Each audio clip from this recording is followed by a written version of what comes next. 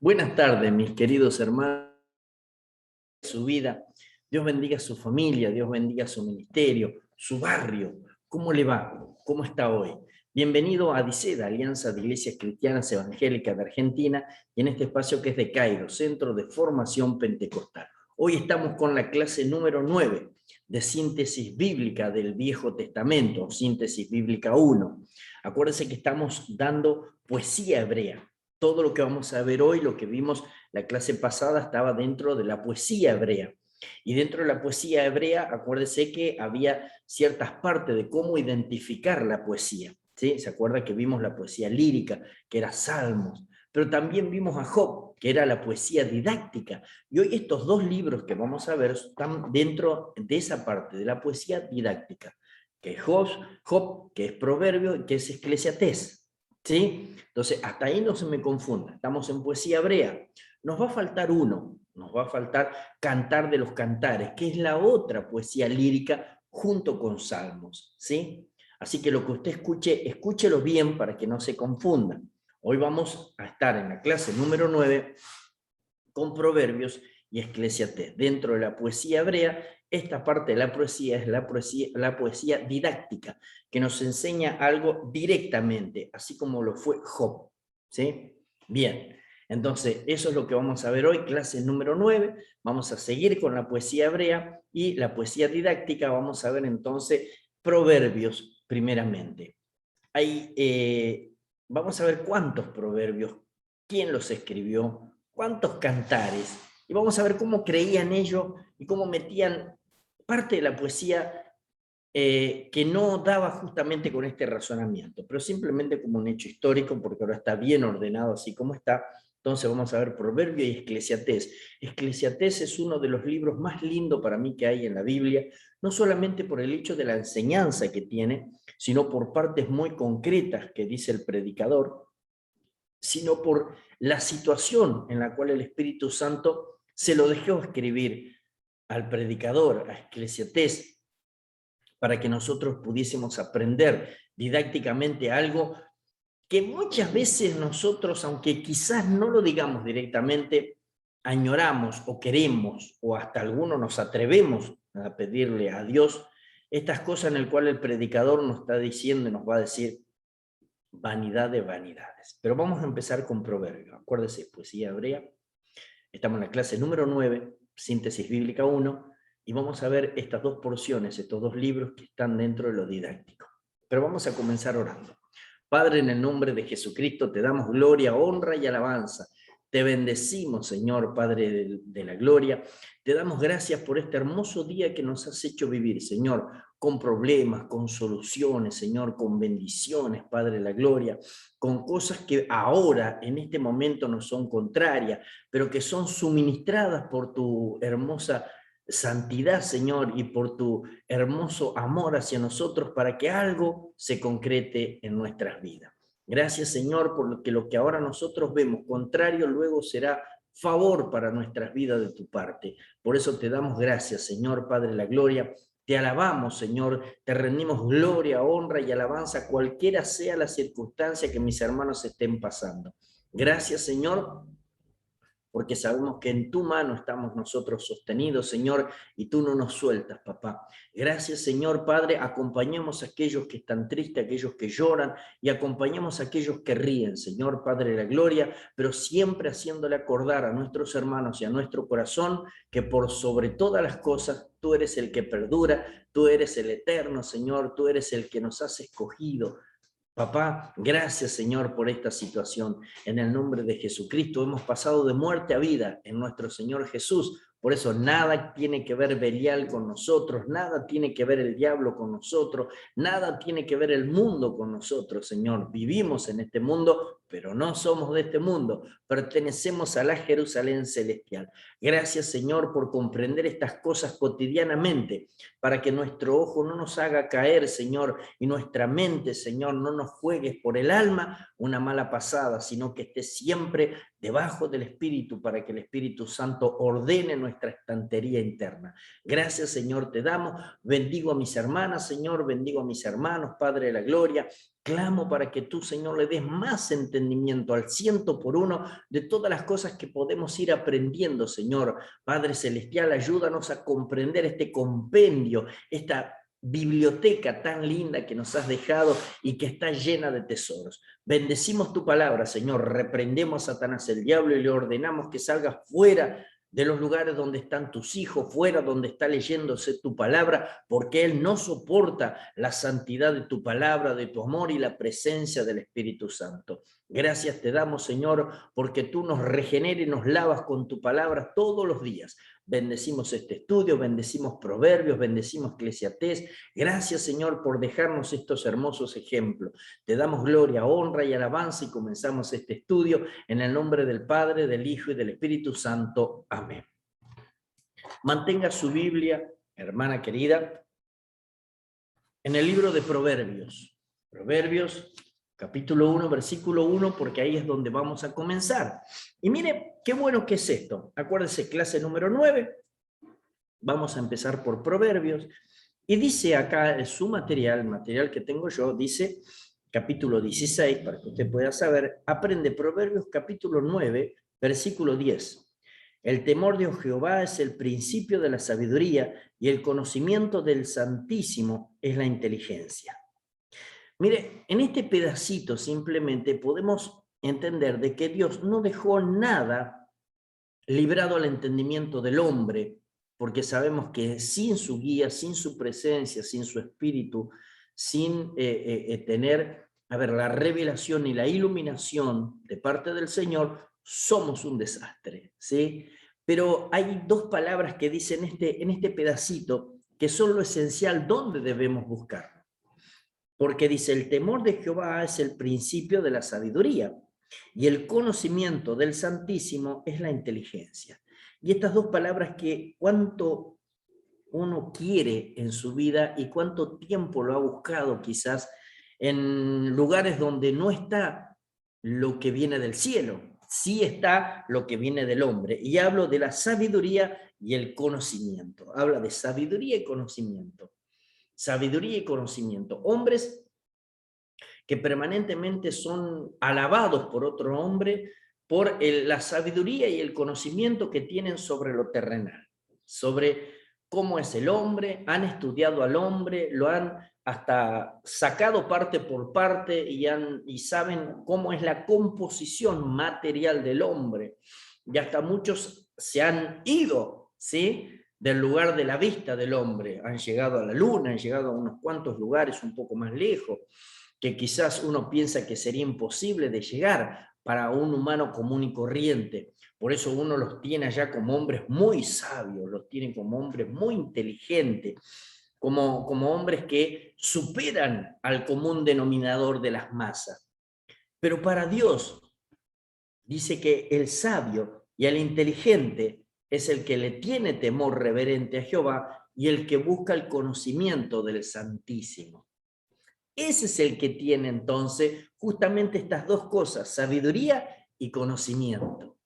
Y usted me dirá, pero bueno, entonces es malo estudiar, es malo saber ciencias matemáticas. No, no es malo, pero es bueno y es celestial cuando eso es acompañado por el conocimiento de Dios, por saber que primeramente esas cosas que nosotros estudiamos no es que nosotros la hemos descubierto, sino que Dios las ha puesto para que nosotros podamos usarla para bien, ¿sí? Y es ahí la diferencia que hay con las personas del mundo. Podrán saber mucho, subjetivamente, sobre el hombre aquí sobre la tierra, pero no saben nada sobre el alma y sobre el hálito de vida allí en el cielo. Y eso es lo que va a perdurar y eso es lo que va a estar eternamente, porque la palabra de Dios nos va dando el conocimiento que este cuerpo corruptible se va a revestir de incorruptibilidad para poder ir al cielo, ¿sí? Entonces, hay cosas que el hombre, por más que se esfuerce, sin el conocimiento, sin la sabiduría de Dios, pero también sin el temor de Dios, no va a poder llegar a ser. Muchas personas que dicen conocer este hermoso libro y dicen haberlo leído también, pero sin la presencia del Espíritu Santo, todo esto se vuelve vano. Y lo vamos a ver en Eclesiastés. Justo la misma persona que escribió la mayoría de los proverbios. Qué interesante, ¿no? Es ver que un hombre que escribió estas pequeñas prosas que nos traen y nos edifican justamente en casi todos los sentidos de la vida, en proverbios, ¿sí? Pues el mismo que después nos va a dar una indicación de que tengamos ojos en qué es lo que buscamos y en qué lugar lo buscamos. Porque dice, todo es aflicción de espíritu debajo del sol. Proverbios. Así que aprendamos nosotros a tener sabiduría y conocimiento. ¿Cómo es entonces para tener sabiduría y conocimiento? Primero, tener el temor reverente a Dios. Vamos a ver lo que es temor, no es miedo, ¿sí? Tener temor a Jehová no es tenerle miedo para nada. Él es amoroso, es un Padre bueno. Él nos ama tanto que nos perdonó todas las cosas malas que nosotros habíamos hecho. Y aunque en la sociedad, aunque el hombre no nos perdone, Él nos perdona. Y Él nos aclara, mire que todos los pecados ante mi presencia son iguales. No hay un pecado más grande que el otro. Todos son iguales. Por eso dice que la paga del pecado es muerte, mas la dádiva de Dios es vida eterna en Cristo Jesús, Señor nuestro.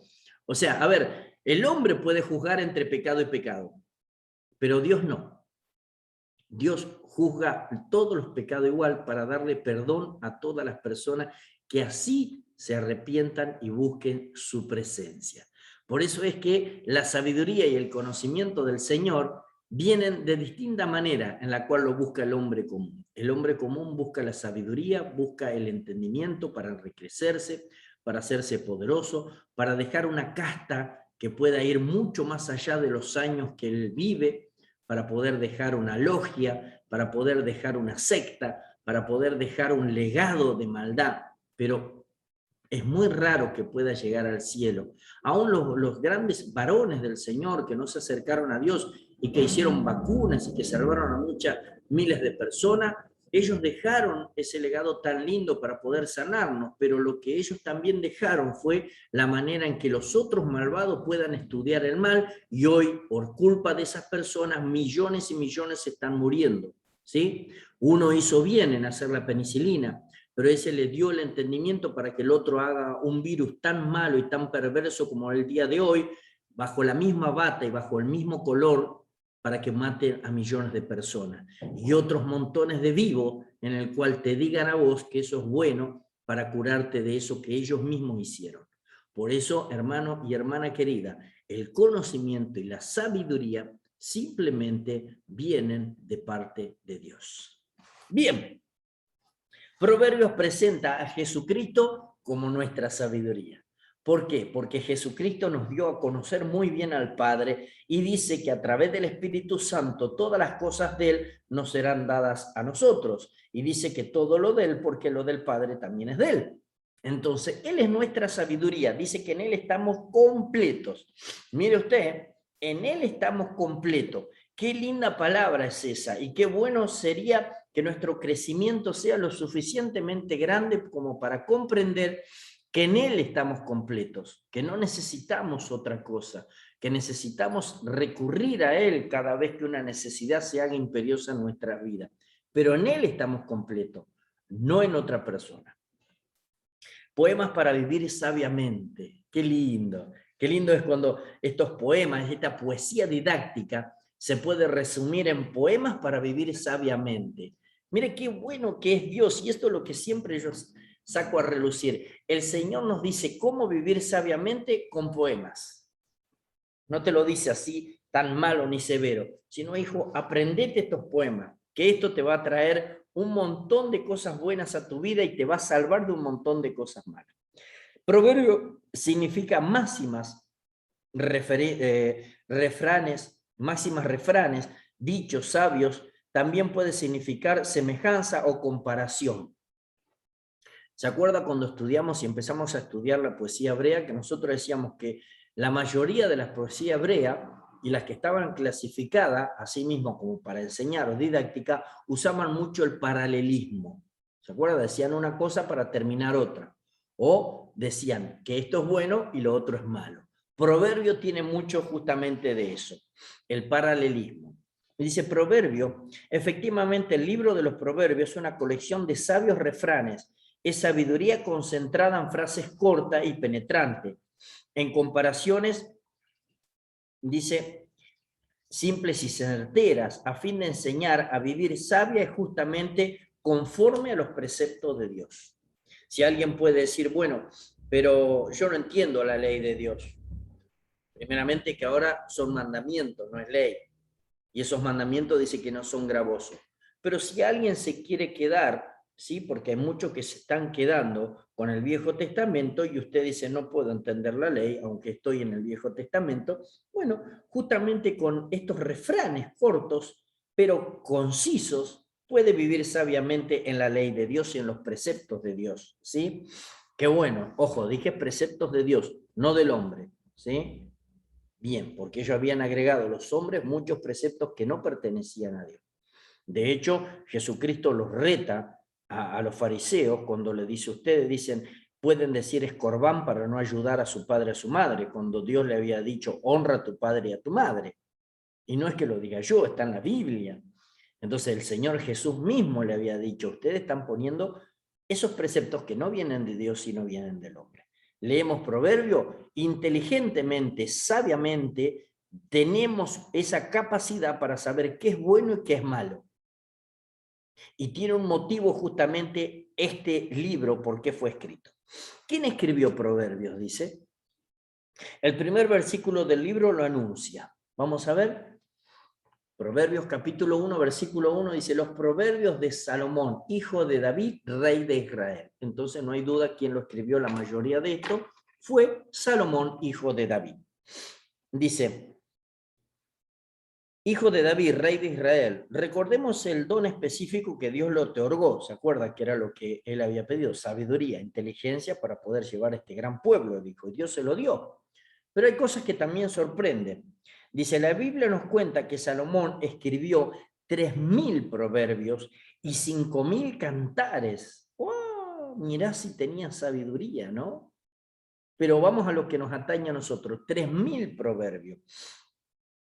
Dice, pero es evidente que solo una parte de ello ha sido elegida por el Espíritu Santo para integrar las Escrituras, lo suficiente para explicar los principios de la enseñanza de Dios a todos los aspectos de la vida práctica.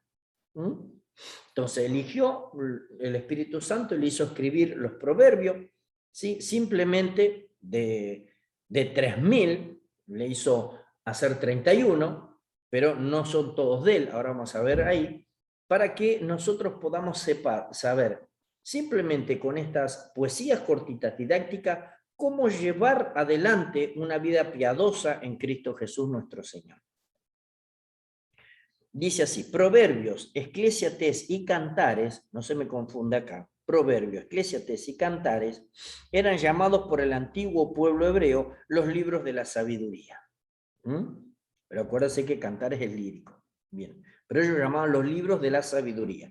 Atribuían la composición de Cantar de los Cantares a la juventud de Salomón, los Proverbios a la edad madura y Eclesiastés a su vejez. Y tienen razón. Eclesiastés fue escrito en su vejez.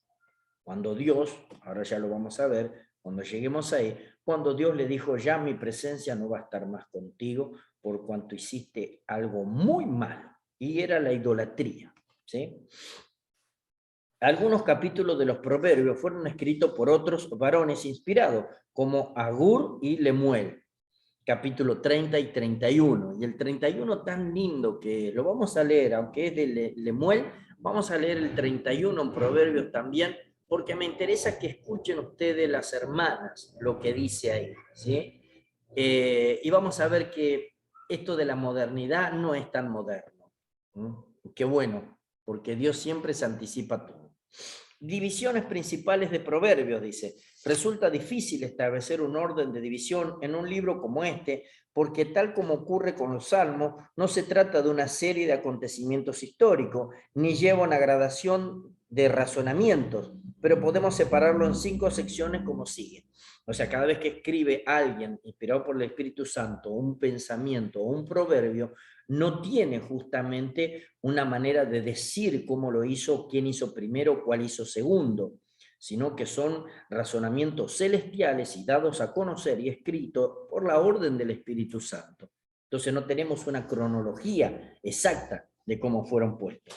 Dice, alabanza de la sabiduría y amonestación contra la necedad, capítulo 1 al 9. Proverbios para todos los hombres, capítulo 10 al capítulo 22. Recomendaciones de un padre a su hijo, del capítulo 22, 17 al 24, 34. Comparaciones y lecciones morales, 25 al 29, y la palabra de Agur y Lemuel, 30 y 31. Qué bueno que es esto, ¿no? El propósito del libro, porque el libro de Proverbios tiene un propósito, y ese propósito es para nuestra vida también. Cuando leemos algo, lo primero que tenemos que hacer nosotros es saber para qué está puesto y para qué nos sirve a nuestra vida. Y Dios todo lo que puso en su libro hermoso lo hizo para que sirva a nuestra vida. Y vamos a leer lo que dice entonces el capítulo 1, versículo 2 al 4. Proverbios capítulo 1, versículo 2 al 4. Dice, para entender sabiduría y doctrina, doctrina es molde, ¿sí? Para entender sabiduría y doctrina, para conocer razones prudentes, para recibir el consejo de prudencia, justicia, juicio y equidad, para dar sagacidad a los simples y a los jóvenes inteligencia y cordura. Mire qué hermoso para qué escribió los proverbios el Señor. Salomón fue el que escuchó cómo le dictó el Espíritu Santo, le dio sabiduría, pero con una razón. Y me encanta cuando dice, para dar sagacidad a los simples y a los jóvenes inteligencia y cordura, que es lo que mayormente cuando uno es joven carece de esas cosas, ¿sí? No es que carece, simplemente que le gusta hacer lo contrario, justamente a lo inteligente y a lo que tiene cordura. Siempre hacemos lo contrario cuando somos jóvenes. Ya después, cuando uno va creciendo, se va a dar cuenta que cuánto peligro pasó por no tener una cordura, ¿no? Por hacer cosas que por ahí no eran beneficiosas. Pero mire cómo está, los proverbios son justamente para darle eso, inteligencia al joven, cordura, pero también para darle al que no es sabio, al que no sabe nada, la sagacidad suficiente para poder moverse en este mundo de maldad. Qué lindo que es el razonamiento, qué bueno. Dice, sabiduría es la palabra clave del libro de Proverbios, sabiduría, sabiduría. Esa sabiduría, ¿se acuerda al principio que habíamos dicho? La sabiduría, ¿cuál era? El temor a Jehová, el saber cómo hacer las cosas, en querer decir, Dios, ¿qué quiere? En pequeños proyectos cortos, en poder decir, ¿qué hago en esta circunstancia? ¿O qué me manda Dios que haga en esta circunstancia? Es la palabra clave del líder. No significa acumulación de conocimiento. Sabiduría no es acumulación de conocimiento. Significa aplicación de las enseñanzas de Dios a cada área de nuestra vida. Eso es ser sabio. Ser sabio es aplicar las enseñanzas de Dios a cada momento de nuestra vida. Eso lo hace un hombre sabio. No es sabio el que tiene un gran conocimiento de lo que Dios quiere. Sabio es el que conoce y vive la palabra de Dios día a día. ¿Se acuerda de que dice no solamente ser oidores, sino hacedores de la palabra de Dios? Qué lindo. Muchas veces usamos esa palabra para herir. Muchas veces no sabemos cómo defendernos a causa de nuestro poco conocimiento de la palabra de Dios, y usamos esa clase de palabra para ofender al hermano, ¿sí? Y eso no debe hacerse, porque muchos de los hermanos no tienen todavía la sabiduría ni el conocimiento, y ese es un problema. Hay que llevarlo, incentivarlo al conocimiento de Dios para el provecho de eso, no acusarlo. Muchos también usan la palabra para poder herir a las personas, salirse de un problema embarazoso, ¿eh? Cuando le dice, pero nosotros miramos la paja del ojo ajeno y no la viga que está en el nuestro. No lo decimos como para nosotros, sino como para amonestar a otros. Dice, habla justamente proverbios del hogar, el trabajo, las diversiones, el estudio, amigos, negocio. Por eso en todo sentido el Señor nos dejó estas porciones de enseñanzas tan lindas. Sabiduría y necedad. Siempre hay en proverbios eso, la comparación entre sabiduría y necedad. sería muy necio de nuestra parte seguir justamente la segunda, ¿no? La necedad.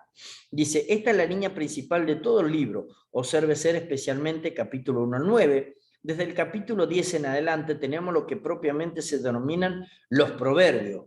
Casi cada versículo contiene un proverbio, consistiendo de dos líneas en las cuales se marca el contraste entre el sabio y el necio, entre el justo y el impío, entre el bien y el mal.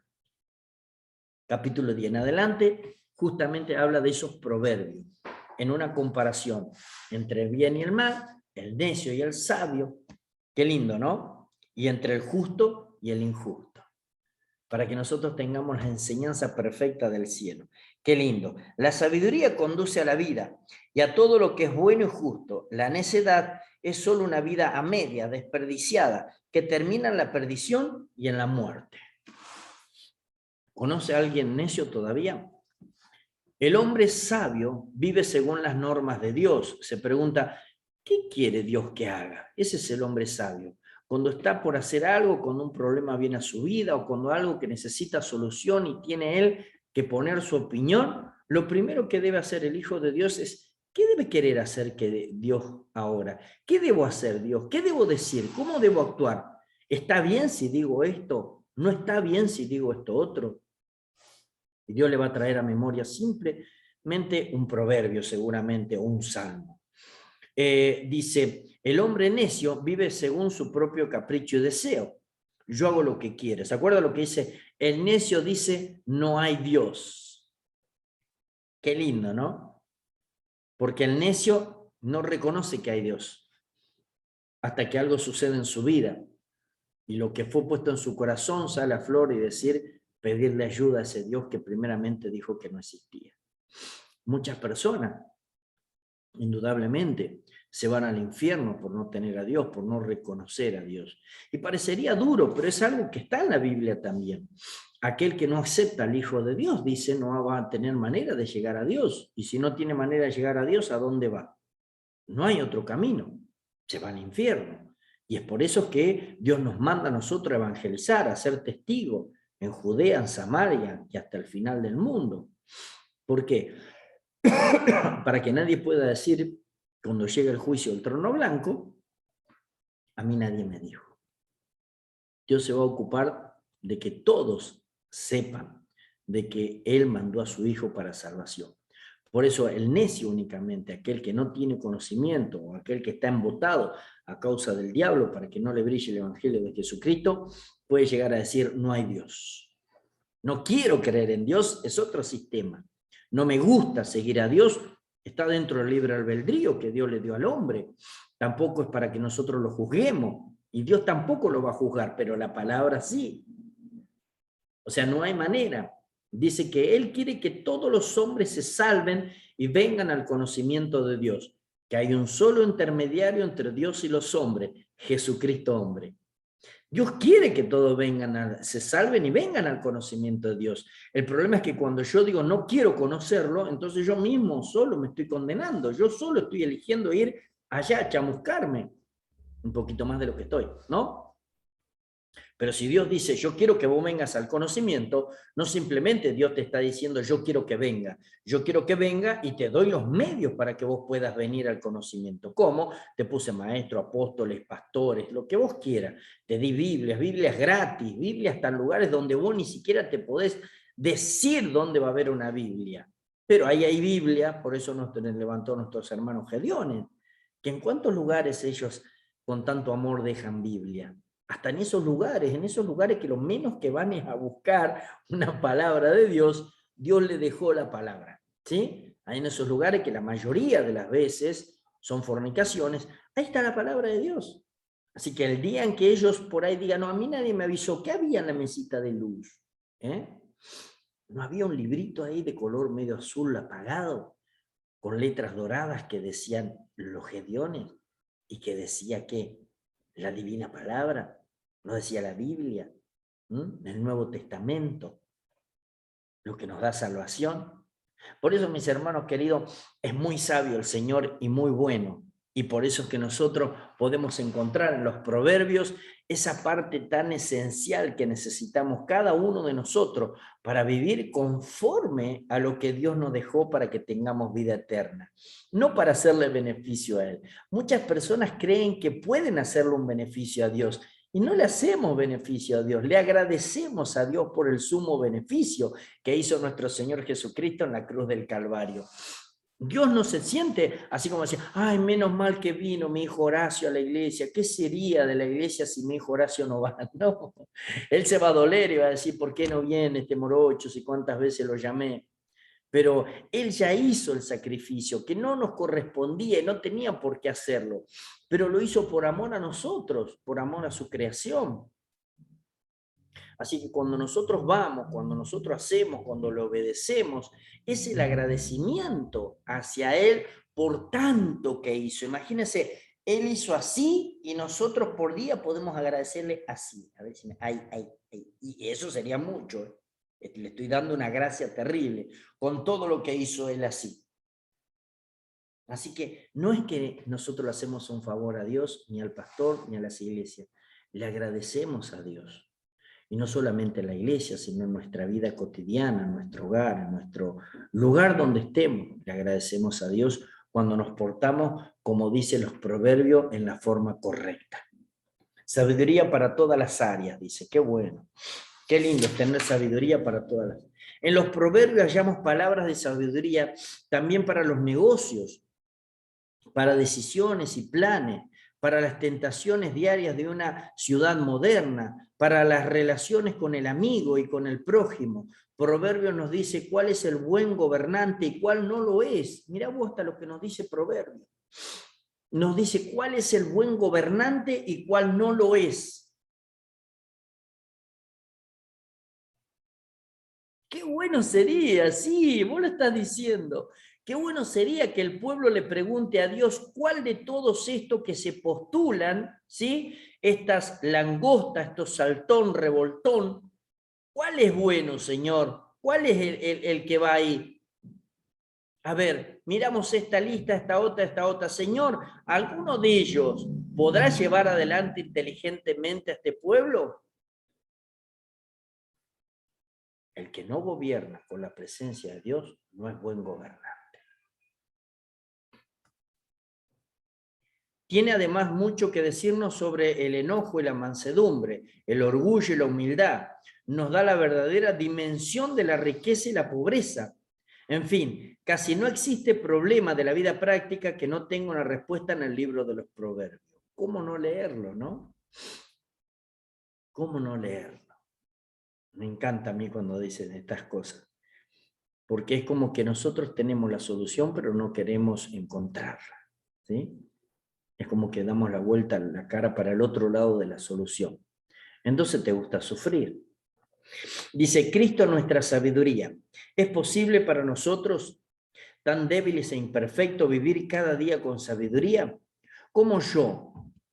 Dice, ¿cómo puedo yo ser tan equilibrado, tan justo, tan amable, tan puro de corazón, tan seguro, tan dichoso como el sabio de Proverbios? Dios mismo nos da la respuesta en 1 Corintios 1:13, 1:30, ¿se acuerdan? Mas por él estáis vosotros en Cristo Jesús, el cual nos ha sido hecho por Dios, ¿sí? Santificación, justificación y redención. Sabiduría significa más que un atributo excelente, es el verbo encarnado en el Nuevo Testamento. Proverbio 8, 23 al 30, podemos sustituir la palabra sabiduría por el nombre de Cristo, ¿sí? Y nos daríamos cuenta de que está hablando de él. Vamos a ver, Proverbios capítulo 8, y fíjese que habla de Jesús. Proverbios capítulo 8, versículo 23 al 30. Proverbios capítulo 8, versículo 23 al 30, porque no creo que algún humano pueda decir o hacer estas cosas. Y dice así en el nombre de Jesús: eternamente tuve el principado desde el principio. ¿Quién es el que lo tuvo? Jesucristo. Bien. Antes de la tierra, antes del abismo, fue engendrada, antes que fuesen la fuente de las muchas aguas, antes que los montes fuesen formados, antes que los collados, ya había sido yo engendrada. Habla de la sabiduría, pero habla de Cristo. No había hecho la tierra, ni los campos, ni el principio del polvo del mundo. Cuando formaba los cielos, así estaba yo. Cuando trazaba el círculo de la faz del abismo, allí estaba yo. Cuando afirmaba los cielos arriba, cuando afirmaba la fuente del abismo, cuando ponía al mar su estatuto para que las aguas no trasvasen su mandamiento, cuando establecía los fundamentos de la tierra, cuando él estaba ya yo ordenándolo todo, con él estaba yo ordenándolo todo, y era su delicia de día en día, teniendo solaz delante de él todo el tiempo. ¿Qué tal? Mire si es vieja la sabiduría, pero es que es Cristo la sabiduría, y en él estaba la plenitud, la deidad de Dios. Así que no se preocupe, que usted es sabio cuando está en Cristo Jesús. Qué lindo. Dice, ¿cuál es el gran principio de la sabiduría? ¿Se acuerda usted, no? El temor a Jehová. ¿Pero temor qué? ¿Miedo, terror, desconfianza? Ese no es el temor de Dios. Es una santa reverencia, temor de ofender al santo y amante Señor y Padre. Cuando uno ama a alguien, trata de no ofenderlo. Nosotros amamos a Cristo, amamos a Dios, al Padre, al Hijo y al Espíritu Santo, y tratamos de no ofenderle. Aunque muchas veces lo hacemos ofendiéndonos nosotros mismos, lo ofendemos a Él. Pero es muy raro que alguien le diga una ofensa a Dios directamente cuando ya lo conoce por el Espíritu Santo. Podemos hacer cualquier macana. Muy raro que se haga eso.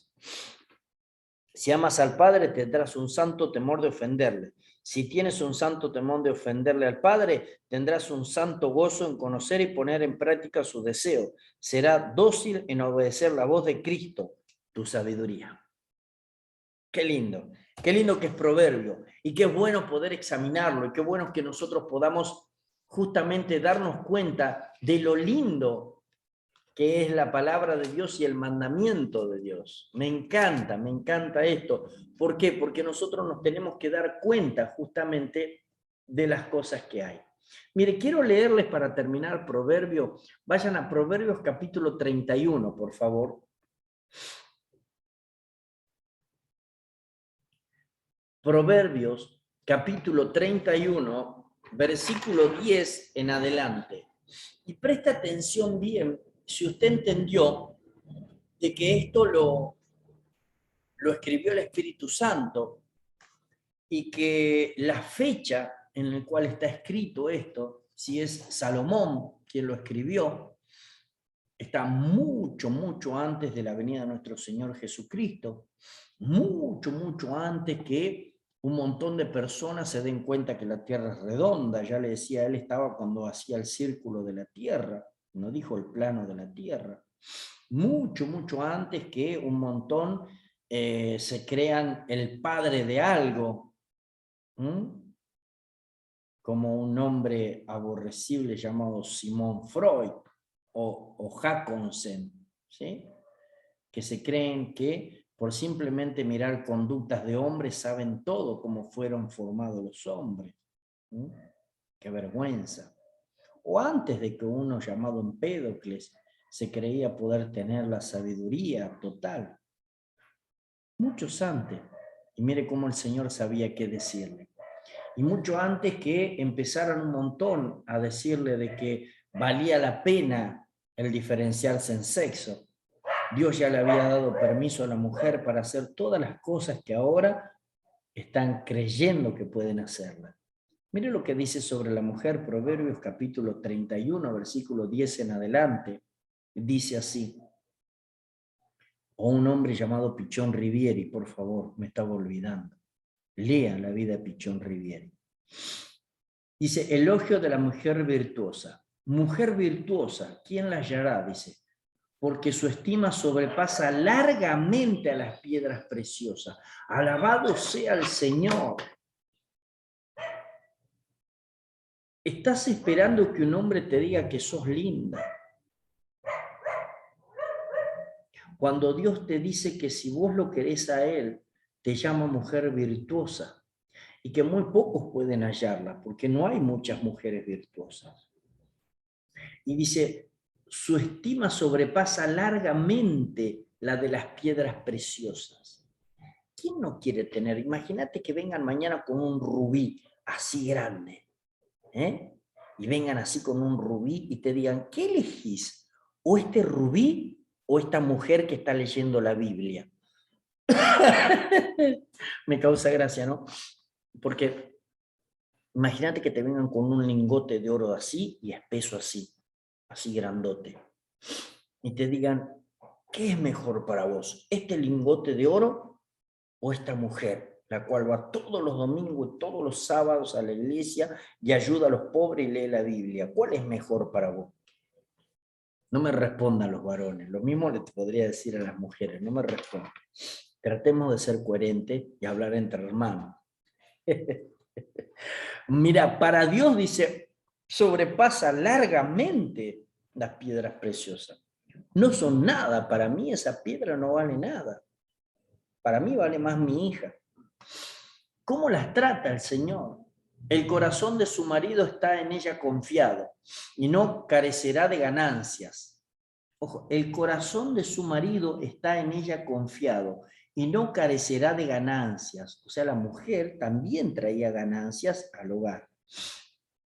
Le da ella bien y no mal todos los días de su vida. Busca lana y lino y con voluntad trabaja con sus manos. Es como nave de mercader, trae su pan de lejos. Se levanta aún de noche y da comida a su familia y raciona a sus criadas. Considera la heredad y la compra y planta viñas del fruto de sus manos. Ciñe de fuerza sus lomos y esfuerza sus brazos.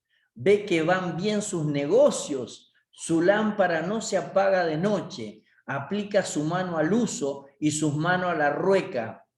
Alarga su mano al pobre y extiende sus manos al menesteroso. No tiene temor de la nieve por su familia, porque toda su familia está vestida de ropas dobles. Ella se hace tapices de lino fino y púrpura en su vestido. Su marido es conocido en las puertas. Cuando se sienta con los ancianos de la tierra y hace telas y vende y da cintas al mercader, fuerza y honor son sus vestiduras, gloria, y se ríe de lo porvenir, abre su boca con sabiduría y la ley de clemencia está en su lengua. Considera los caminos de su casa y no come el pan de balde. Se levantan sus hijos y la llaman bienaventurada. Su marido también la alaba. Muchas mujeres hicieron el bien, mas tú sobrepasas a todas. Engañosa es la gracia y vana la hermosura. La mujer que teme a Jehová, esa será alabada. Dale del fruto de sus manos y alábenla en las puertas sus hechos. Gloria sea al Señor. ¿Cómo trata el Señor a la mujer? Alabado sea Dios. ¿Cómo trata? ¿Quién puede tratarte como Dios te trata? ¿Quién puede alabarte como Dios te alaba? Dios dice, si me trajeran 4 piedras preciosas así grandotas, la cual saldrían 125.000 millones de dólares cada una, si me trajeran 4, yo elegiría a una mi hija. ¿A cuál? A la que me alaba los fines de semana, a la que me alaba los días de semana, a la que me busca durante la noche, a la cual me ruega durante la mañana. Yo elegiría esa, dice Dios. No me lo presenten a mí, porque caeríamos. Pero Dios sí te ve así, mujer. Y eso lo podés aprender en los proverbios. Varón, ¿querés buscar una novia? ¿Querés saber cómo puede ser, Señor, mi esposa? ¿Cómo puedo entender yo si voy a tener una esposa buena? Búscala acá. Proverbio capítulo 31, versículo 10 en adelante. Fíjate si entra dentro de los cánones que te dijo Dios que va a tener esa mujer. Y ahí te vas a dar cuenta cómo va a ser tu esposa. Gloria sea al Señor. Mis hermanos queridos, vamos a pasar a Eclesiastés, este libro tan lindo. Examinemos Eclesiastés. Dice, aprende, Eclesiastés 12:13. Teme a Dios y guarda sus mandamientos, porque esto es el todo del hombre. ¡Qué lindo! Teme a Dios y guarda sus mandamientos, porque ese es el todo del hombre. O sea, vamos a ver quién lo escribió y nos vamos a dar cuenta cómo este hombre puede decir esta frase. ¿Qué experiencia tuvo? ¿Por qué puede decir como último ya el término de toda discusión? Porque así va, teme a Dios y sigue sus mandamientos, porque ese es el todo de todo hombre. Teme a Dios y sigue su mandamiento. Otra vez, el mismo que escribió los proverbios, y el proverbio 10, el principio de la sabiduría es el temor a Jehová, dijo exactamente lo mismo acá. Dice, teme a Dios. Otra vez, sé sabio. El principio de la sabiduría, sé sabio, teme a Dios y guarda sus mandamientos. Es el conocimiento de Dios te hace guardar sus mandamientos, porque vos sabes cómo no vas a tropezar y cómo no vas a ofender a tu papá, a Dios. Porque esto es el todo del hombre, no hay otra cosa. No hay, es el todo del hombre.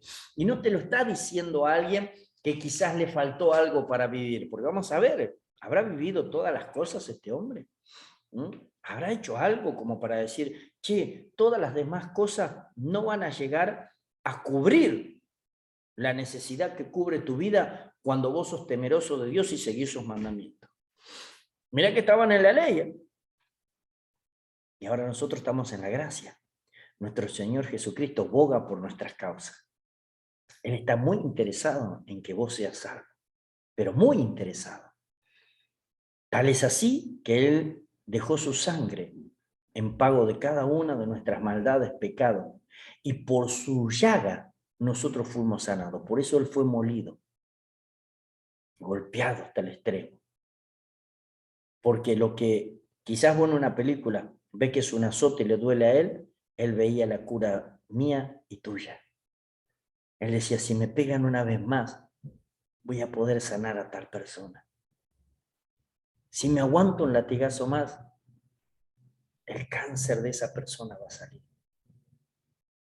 Si una vez más me escupen, sé que va a ser sana de ese azote que tiene ahora en su vida. ¿Cómo no voy a aguantar uno más? ¿Cómo no voy a aguantar? Si sé que más adelante van a ser tal o cual persona y quizás por su desobediencia tengo una enfermedad. Y por mi castigo injusto, dijo Jesús, él va a ser sano. Ella va a ser sana. Qué lindo que es. Dice así, el libro de Eclesiastés presenta a Jesucristo como fin de todo ser humano.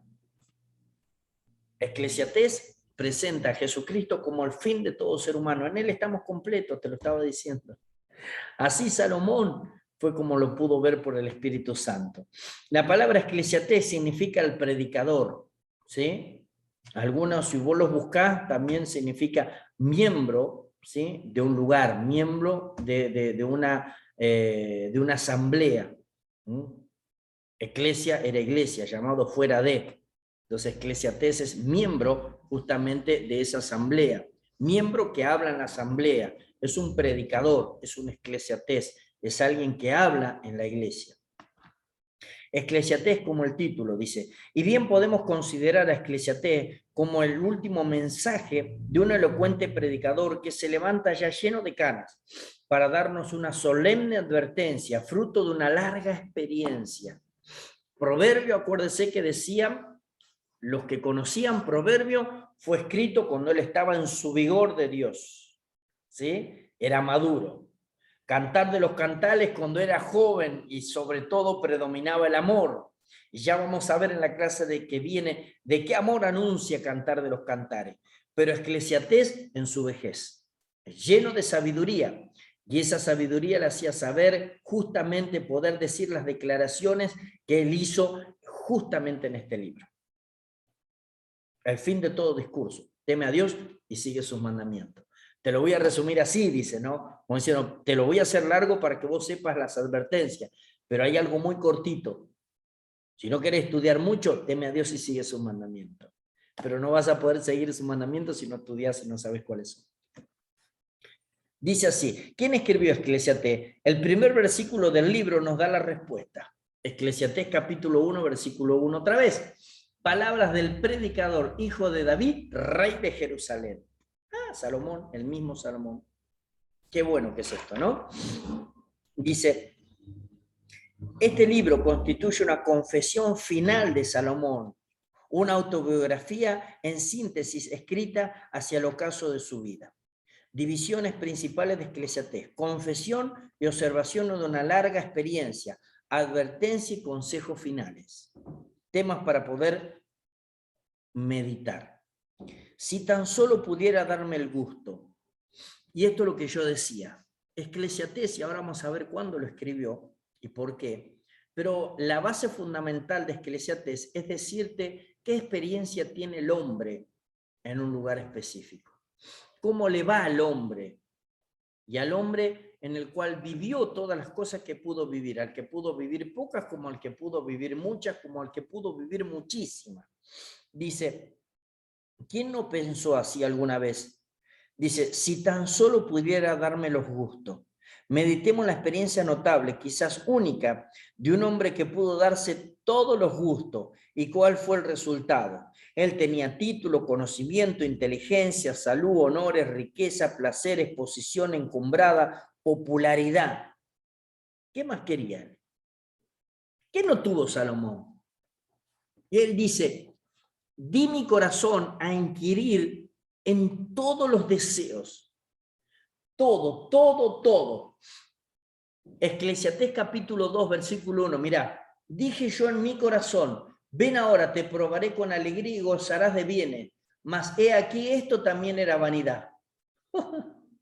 A la risa dije, enloqueces, y al placer, ¿de qué sirve esto? Propuse en mi corazón, Eclesiastés capítulo 2, versículo 3, propuse en mi corazón agasajar mi carne con vino y que anduviese mi corazón en sabiduría, con retención de la necedad, hasta ver cuál fuese el bien de los hijos de los hombres, en el cual se ocupan debajo del cielo todos los días de su vida. Engrandecí mis obras, edifiqué para mí casas, planté para mí viña, me hice huertos y jardines y planté en ellos árboles de todo fruto. Me hice estanque de aguas para regar de ellos el bosque donde crecían los árboles, no un jardín, un bosque. Dice, compré siervos y siervas y tuve siervos nacidos en casa. También tuve posesión grande de vacas, de ovejas, más que todos los que fueron antes de mí en Jerusalén. Me amontoné también plata y oro, me amontoné. En aquel entonces era amontonar, no era simplemente un poquito, amontonaban galpones para que vos tengas idea. Plata y oro, tesoros preciados de reyes y de provincia. Me hice de cantores y cantoras, de los deleites de los hijos de los hombres y de toda clase de instrumentos de música. Y fui engrandecido y aumentado más que todos los que fueron antes que mí en Jerusalén. A más de esto, conservé conmigo la sabiduría. No negué a mis ojos ninguna cosa que deseara, ni aparté mi corazón de placer alguno, porque mi corazón gozó de todo mi trabajo, y esta fue mi parte de toda mi faena. Y miré yo luego todas las obras que habían hecho mis manos, y el trabajo que tomé para hacerla. He aquí todo era vanidad y aflicción de espíritu, y sin provecho debajo del sol. Es el Espíritu Santo el que puede hacer escribir esto a una persona. A ver, si te lo traduzco a palabras de ahora, era requete recontra riquísimo. Podía comprar lo que a él se le placía desde el lugar que quería. Él quería oro de otro lado, iba y mandaba una nave de Tarsis a España, donde quería, y le traían el oro que él quería, la piedra preciosa que quería. Él quería monos carayá de Misiones, le traían monitos carayá de Misiones. No había cosa que él no pudiese comprar y no podía estar. No había nada que a él no se le antojara y no se lo trajeran, ni pudiera pagar. Quizás no tuvo algo que ni se imaginó o no sabía que existía. No tuvo las mejores zapatillas de ahora porque no existían, pero sí el mejor calzado de aquel momento. Me imagino, él quería, yo quiero un calzado no sé, de leopardo de África masticado por 4 o 5 hombres. Y le traían uno así, con los dientes de los hombres marcados. Todo. Pero ¿qué dijo él? Todo es vanidad de vanidad debajo del sol. ¿Sabe por qué? Porque él escribió en su vejez, pero no en su vejez mala, en su vejez buena para cualquier hombre. Pero él había hecho algo malo. Él había traído la idolatría por hacer negocios con los reinos que estaban alrededor de él. Se casaba con las hijas de los reyes de los reinos que estaban alrededor de él y más lejos. Y les permitía traer la idolatría a esas mujeres. Y Dios se enojó cuando le rindió homenaje a Quemos, que es un dios que no le gustaba, un demonio que no le gustaba porque quemaba a los chicos. Se enojó mucho y le dijo, Dios, por causa de que hiciste esto, ya no tendrá más el reino. Y no tener más el reino no significaba simplemente no ser más el reino, sino no tendrás más la presencia de Dios. Y eso es lo que le dolió a él. El hombre más sabio del mundo pudo comprar cualquier cosa, pero no la presencia de Dios. Porque la presencia de Dios simplemente se tiene porque Dios quiere y por la obediencia y el amor a Dios. Y por eso le hizo escribir esto. Y fíjate que hay palabras que nos hacen saber hacia dónde está escribiendo el predicador, Eclesiastés. Dice, la expresión vanidad de vanidad o en todo es vanidad se repite 34 veces en el libro. Salomón se convierte en el representante del ser humano que en todos los tiempos se ha preguntado, ¿vale la pena vivir? ¿Vale la pena vivir? ¿A dónde vamos? ¿Para qué vivimos? ¿Existimos? ¿Nos rompemos el lomo por tratar de estar mejor? ¿No podemos? Hombres que están posicionados arriba nuestro nos hacen cada vez ganar menos. ¿Para qué vivimos? Y el sabio predicador responde, no, la vida es todo vanidad y aflicción de espíritu. La palabra vanidad, ahora te voy a decir acá, ¿qué significa la palabra vanidad? No significa a ver si estoy lindo o no. Vanidad es cosa que no sirve, lo tácito, lo inservible, lo que vos decís lo puedo usar ahora, pero no te sirve de nada. ¿De qué te sirve si después se gasta, se rompe, no está? Te sirve por un momento, eso es vanidad simplemente. Dice, si Salomón, que tuvo todos los privilegios, dice no vale la pena, ¿qué me queda para mí? ¿Es bíblica la posición de Salomón ante la vida? ¿Es propia de un hijo de Dios su visión tan radicalmente negativa? ¿No es más bien el concepto de la vida de un ascético, de un amargado?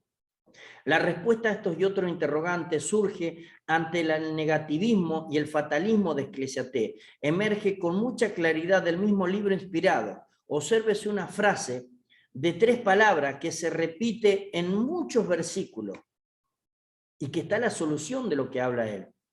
Y estas 3 palabras son debajo del sol, debajo del cielo y arriba de la tierra. Él está hablando que todo el trabajo debajo del sol, debajo del cielo o arriba de la tierra, sin Dios, es vanidad de vanidades. No sirve de nada, porque por más que tengas mucho, un día te vas a morir. Por más que acumules como para 40 vidas, solamente tenés una. Por más que vos quieras ser feliz teniendo un montón de plata, no vas a poder, porque la felicidad no radica en la posesión, sino en el estado del corazón. Por eso él dice, debajo del sol, debajo del cielo o arriba de la tierra. Nunca nombra arriba, sino hasta el final. Debajo del sol, esta expresión se halla por lo menos 31 veces en Eclesiastés y no se usa en otra parte de la Biblia. Debajo del cielo, casi 40 veces el Espíritu de Dios menciona en este libro la tierra y las cosas pertenecientes a ella, sobre la tierra. El libro de Eclesiastés está escrito cuando Dios ya le advierte de que no iba a estar más su presencia. Entonces él sintió el peso de todo el conocimiento terrenal, pero que no iba a poder pasar a otra vida.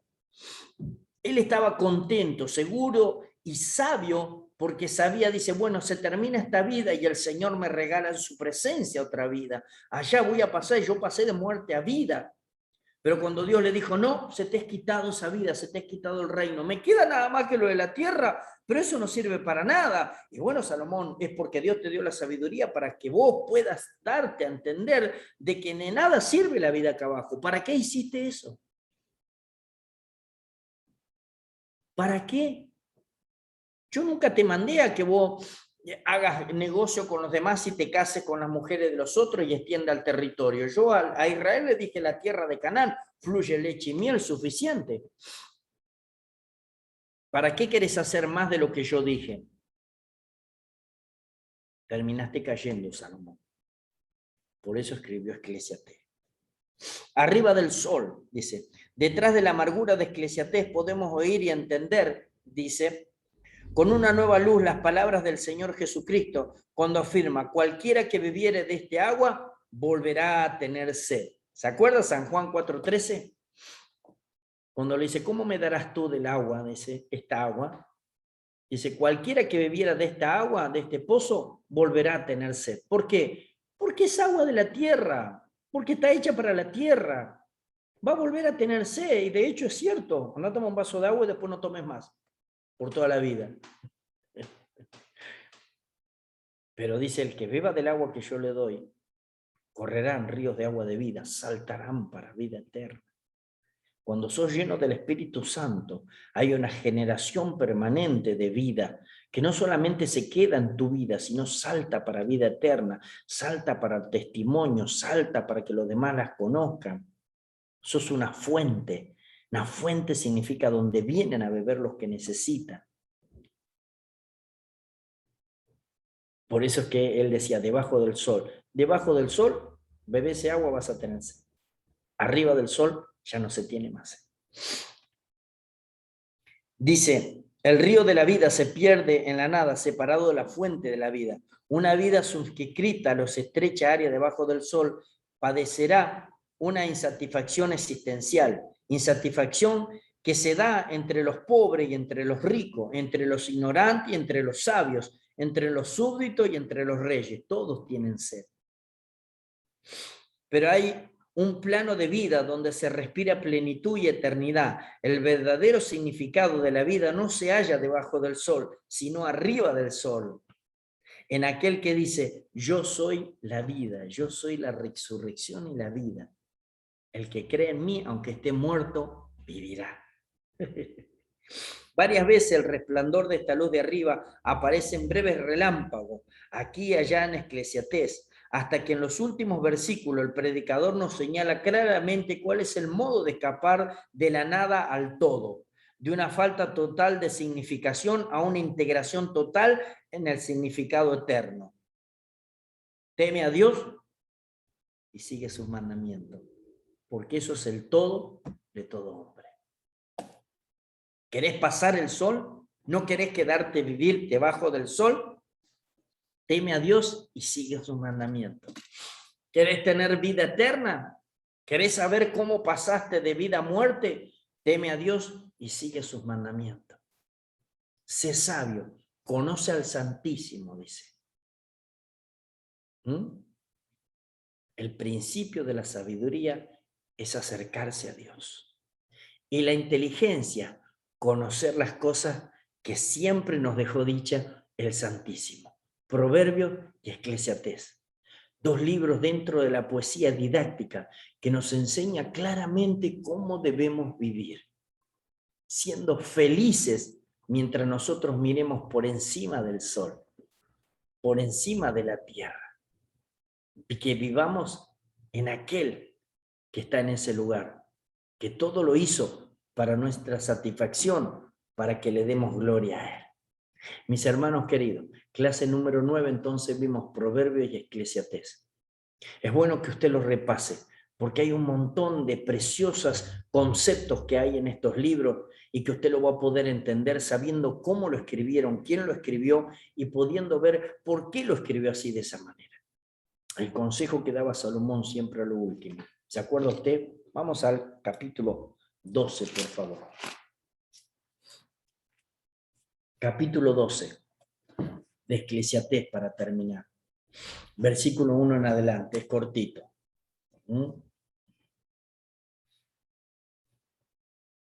Eclesiastés capítulo 12 lo encontró, versículo 1. Acuérdate de tu Creador, ¿se acuerda? El mismo que decía vanidad de vanidades debajo del sol, debajo del cielo, sobre la tierra. Dice ahora, acuérdate de tu Creador en los días de tu juventud, antes que vengan los días malos y lleguen los años de los cuales digas, no tengo en ellos contentamiento. ¿Por qué le pasó a él? Cuando era joven, hizo cantar de los cantares, enamorado del Señor. Le hizo el rey la tsunamita para que pudiesen saber lo que era la iglesia y nuestro Señor Jesucristo. En su vigor dijo, no, tengo que enseñarles cómo pueden vivir. Entonces escribió Proverbio. Y en su ancianidad, cuando metió la pata y Dios le habló para decirle que no va a estar más con él, el Espíritu Santo le permitió escribir Eclesiastés. Pero sin terminar de dar el mejor consejo, aún cuando el hombre está en lo peor de él, sabe dónde recurrir. Acuérdate de tu Creador en los días de tu juventud, antes que vengan los días malos y lleguen los años en los cuales digas, no tengo en ellos contentamiento. Antes que se oscurezca el sol y la luz y la luna y las estrellas y vuelvan las nubes tras la lluvia. Cuando temblaran los guardas de la casa y se encorvaran los hombres fuertes y cesaran las muelas porque han disminuido y se oscurecerán los que miran por las ventanas. Y las puertas de afuera se cerrarán por debajo del ruido de la muela. Cuando se levantarán a la voz del ave, y todas las hijas del canto serán abatidas. Cuando también temerán de lo que es alto, y habrá terrores en el camino, y florecerá el almendro, y la langosta será una carga. Se perderá el apetito, porque el hombre va a su morada eterna, y los endechadores andarán alrededor por las calles. Antes que la cadena de plata se quiebre y se rompa el cuerpo de oro, y el cántaro se quiebre junto a la fuente, y la rueda sea rota sobre el pozo, y el polvo vuelva a la tierra como era, y el espíritu vuelva a Dios que lo dio. Vanidad de vanidades, dijo el predicador, todo es vanidad. Acordate antes que te pasen todas estas cosas, te está diciendo. Acordate ahora que sos joven y tenés fuerza para poder rechazar estas cosas. Cuando sos viejo y te acostumbraste a la comodidad, pero no al amor de Dios, esa comodidad te va a jugar en contra. Vanidad de vanidades. Todo es vanidad debajo del sol. Por eso le dice, el fin de todo discurso oído es este, teme a Dios y guarda sus mandamientos, porque esto es el todo de todo hombre. Porque Dios traerá toda obra a juicio, juntamente con toda cosa encubierta, sea buena o sea mala. Cuidado que Dios es el que te va a juzgar. Así que todavía tenemos tiempo, mis hermanos, mis hermanas, de arrepentirnos y de vivir una vida en comunión con el Señor. Hermosos estos libros y hermoso la palabra del Señor.